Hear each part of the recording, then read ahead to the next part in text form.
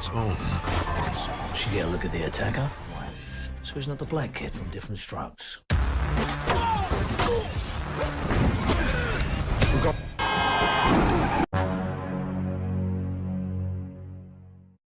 Opening film, kita diperkenalkan oleh seorang polisi berprestasi yang bernama Bran yang sedang rebahan nonton channel baru yang bikin rindu, yaitu AP15.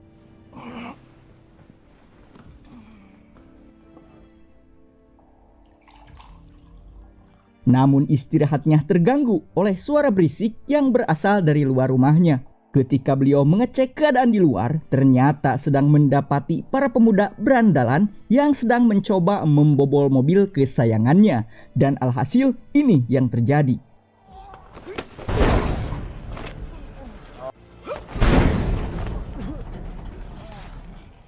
Bran masih memberikan kesempatan terhadap pemuda harapan bangsa ini agar bertaubat dan kembali ke jalan yang benar.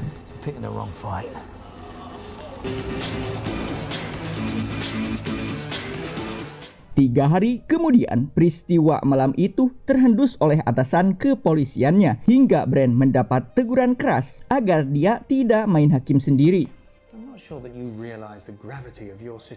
Bran pun menyadari bahwa yang dilakukannya itu adalah sebuah kesalahan. Namun di sisi lain, itu harus dilakukan agar membuat efek jera pada pelaku. Tak mengerti akan hal itu karena selalu mementingkan reputasi, sang atasan malah mengancam Bran. Jika melakukan hal ini lagi, maka dia akan dipecat dari satuan kepolisian secara tidak hormat. Sontak kata-kata ini menyinggung Bran dan membuatnya naik pitam. Bran berbalik mengancam jika berani memecatnya, maka dia akan lebih brutal lagi, bahkan bisa menghilangkan 2 biji salak si atasan. Memang aktor yang satu ini mantap.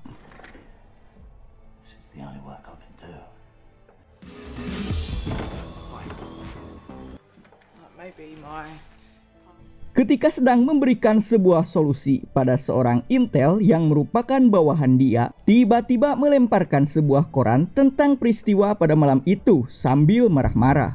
Namun ketika Bran memberikan pertanyaan, bagaimana jika peristiwa itu terjadi pada Anda? Sekali lagi kepala kantor pun terdiam dan kalah debat.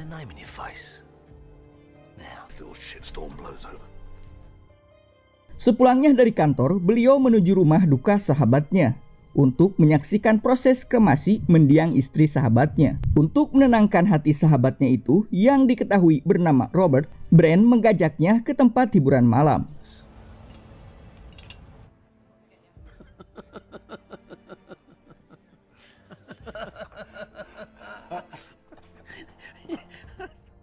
Scene berpindah pada polisi cantik yang sedang berpatroli. Diketahui polwan ini bernama Sandra. Tanpa diduga datang pemuda memakai hoodie hitam, dan apa yang orang misterius ini lakukan?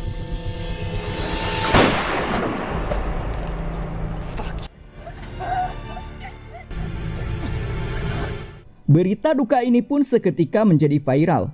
Bran beserta rekan kepolisian yang lain bergegas melakukan investigasi di TKP.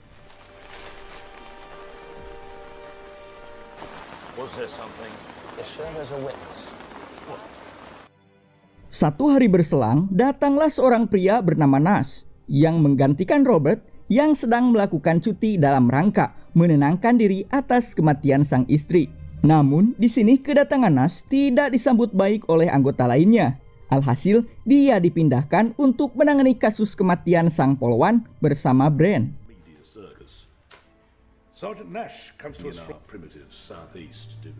Di tempat berbeda, Falls, yang merupakan bawahan dari si Bran, didatangi oleh anak angkatnya untuk meminta bantuan hukum bahwa dia dan gengnya terpaksa telah menganiaya orang hingga tak sadarkan diri. Falls berjanji membantunya, namun jika korban sampai tewas, tetap dia harus bertanggung jawab dan mulai detik ini tak usah dia bergaul dengan geng itu kembali. If he's dead, you're on your own. Yeah? Do you understand? Yeah, what? Kemudian Falls mendatangi Bran untuk meminta solusi bagaimana menyelesaikan kasus yang dialami oleh anak angkatnya itu. Beliau menyuruhnya untuk mendatangi temannya yang merupakan seorang detektif yang bisa menangani kasus seperti ini. What? Thank you. Now you owe me one.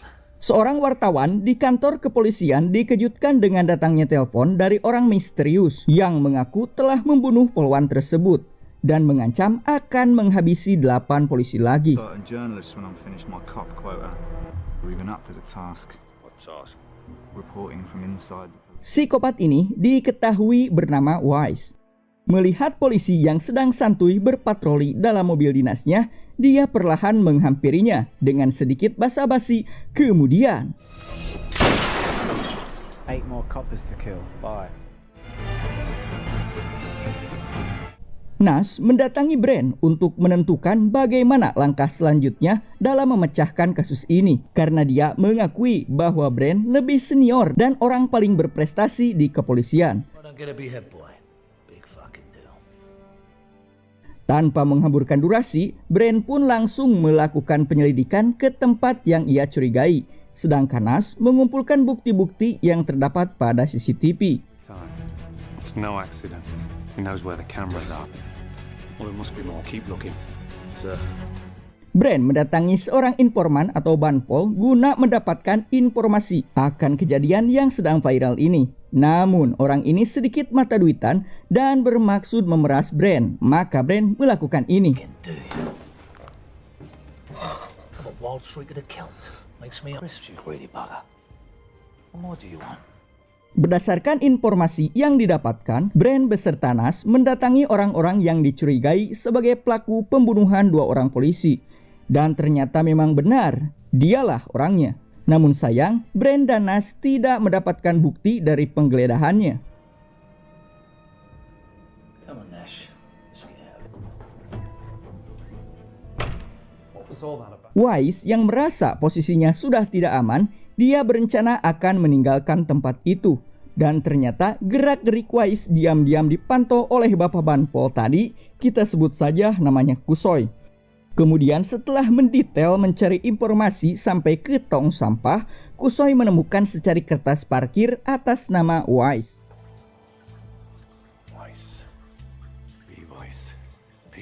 Aksi Wise pun kembali dilancarkan kepada sahabat Brand yang sedang cuti bertugas, yaitu Robert. Dengan mengikutinya sampai ke apartemen, dengan bertingkah konyol dia mendatangi Robert kemudian menyerangnya.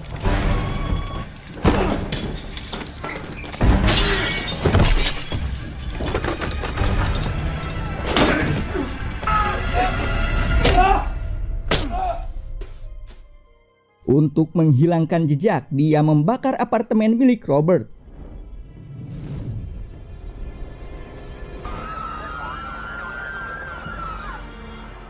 Menggunakan ponsel dan nomor yang berbeda, dia menghubungi kembali wartawan pihak kepolisian bahwa dia telah menghabisi polisi yang ketiga. Pada kesempatan itu, juga dia memberikan nama samarannya, yakni Blitz. As in Blitzkrieg. Bertempat di sebuah tempat parkir di mana Wise menyimpan barang bukti kejahatannya yang disimpan dalam bagasi mobilnya.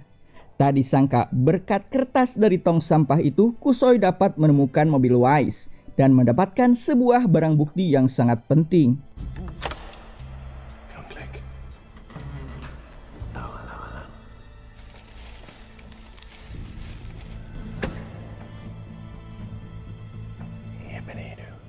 Melihat peluang cuan, dia menghubungi Dunlop untuk menjual barang bukti itu, dan dia juga sudah mengetahui siapa Blitz ini sebenarnya. Dan si wartawan kepolisian ini menyetujuinya karena ini akan menjadi sebuah berita yang viral. Scene berpindah pada Pulse yang sedang mendatangi kembali seorang detektif atas saran si Brand. Si detektif mengatakan bahwa orang yang telah diserang oleh anaknya masih hidup. Hanya saja ini akan membuat anak angkatnya dalam masalah. Fals meminta sang detektif menyelesaikan misi ini tanpa melibatkan anaknya. He's just a scared boy.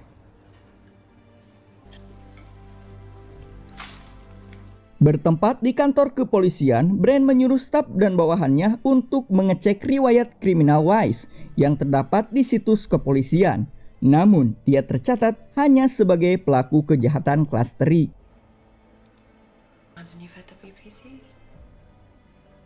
Di tempat lain, Kusoi sedang menunjukkan barang bukti yang teramat penting terhadap Dunlop. Terkesima akan bukti yang luar biasa ini, Dunlop mengajak Kusoi ke bar untuk melakukan sebuah transaksi. Tanpa mereka sadari, Wise mengetahui aksi mereka dan mengamankan barang bukti tersebut. Saat akan menghitung uang di toilet, Kusoi tiba-tiba dikagetkan dengan kedatangan Wise secara tiba-tiba.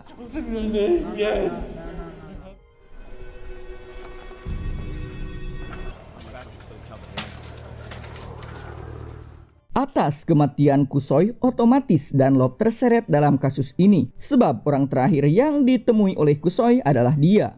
Nas dan Bran mencoba menguliti informasi darinya, sehingga dengan gamblang dia menceritakan mengenai barang bukti yang ditunjukkan oleh si Kusoi. Namun sayang, kala itu Kusoi belum menyebutkan siapa nama orang tersebut.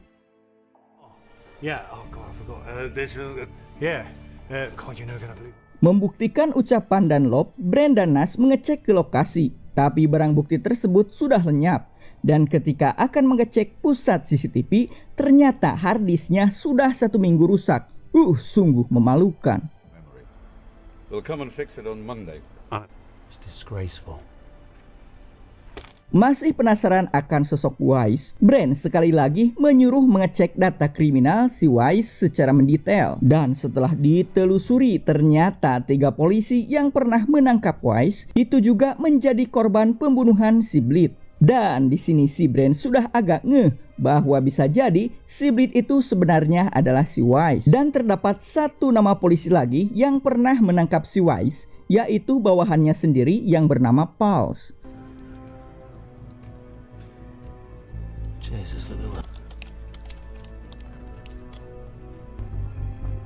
Fuck. There's Roberts. And Fogg. Maka dari itu Bran meminta pasukan kepolisian agar merapat ke rumah Pulse. Benar saja, si Wise saat ini sedang mengintai si Pulse yang sedang berkencan dengan seorang detektif hingga membuntutinya. Tiba di pekarangan rumah, si Pulse yang sedikit abok itu diserang tiba-tiba oleh Wise. Tapi di timing yang sangat tepat, anak angkat Pulse berhasil menghadang si Wise hingga anak itu harus tewas di tangan Wise.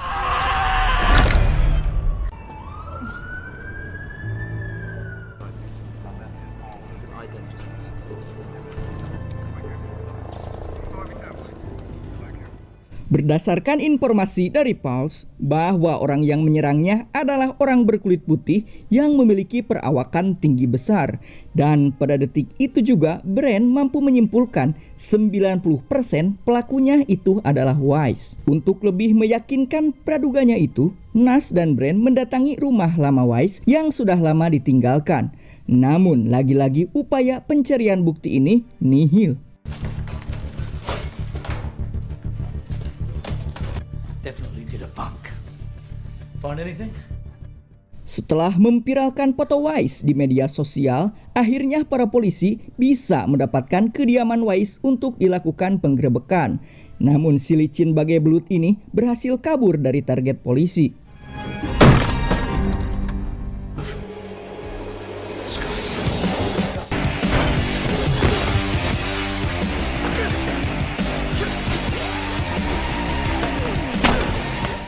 Tapi selicin apapun itu, kalau sudah berhadapan dengan si Memang Jason, pasti tidak akan mampu melarikan diri.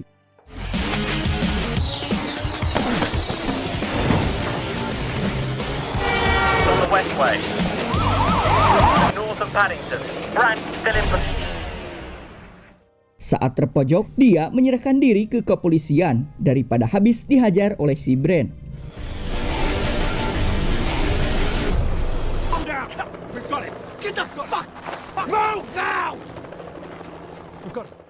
The fire at Roberts' flat destroyed any forensic evidence we might have had.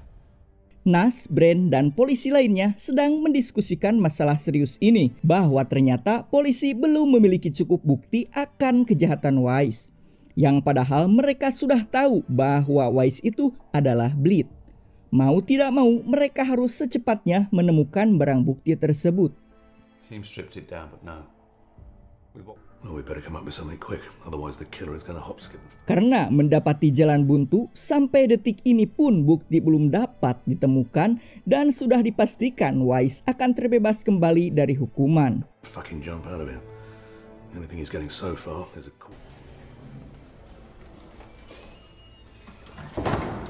Alkisah, Bran mendatangi Wise dan mencoba menginterogasi hingga menyerang psikologisnya bahwa Bran tahu Wise melakukan aksi ini karena berawal dari kejadian yang memalukan di tempat biliar yang melibatkan Bran dan temannya yang sebagian telah tewas. Fuck you, pig. They call that resisting arrest. Then you stewed and cooked and simmered over it. Setelah 48 jam tidak ada bukti, akhirnya si Wise kembali dibebaskan. Dengan sedikit mencela si Bran, Wise berjalan dengan angkuh di hadapan para wartawan yang sedang meliputnya seolah dia seorang aktor yang telah menjatuhkan martabat kepolisian.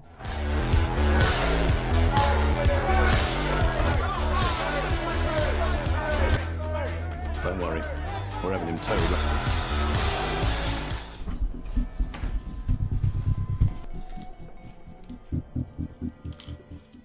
Tak kapok-kapoknya Wise ternyata akan melakukan aksinya kembali dengan targetnya sekarang adalah si Bran. Dengan berkamuflase menggunakan seragam polisi di acara pemakaman Robert, Wise pun terus mengamati Bran.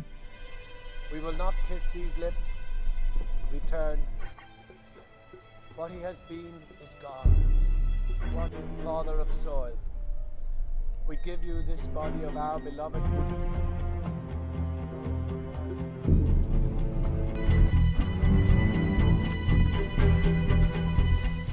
Wise dengan ambisinya terus mengikuti Bran dengan mobilnya.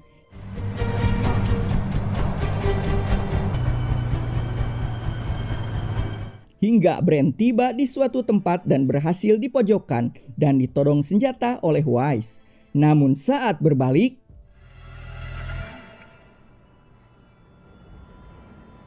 ya, itu ternyata rencana Nas dan Bran untuk membekuk si Wise alias si Bleed ini. Pada adegan ini, saya dibuat puas oleh penyiksaan yang dilakukan oleh Bran.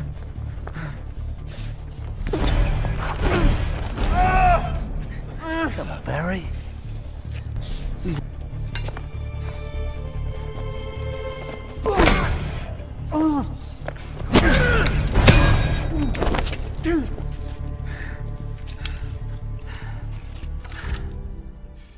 Setelah puas menyiksa Wise, dia menghentikan sejenak aksinya. Kemudian terucaplah pengakuan dari mulut Wise bahwa dia adalah Blitz.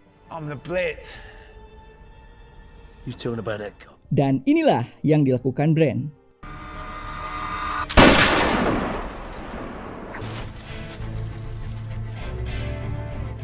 Di akhir film, Nas dan Bran mencoba menghilangkan barang bukti ini seperti yang dilakukan Blitz kala itu. Dan film pun tamat. Hikmah yang bisa kita petik dari cerita ini adalah berkaca dengan apa yang dilakukan oleh Blitz.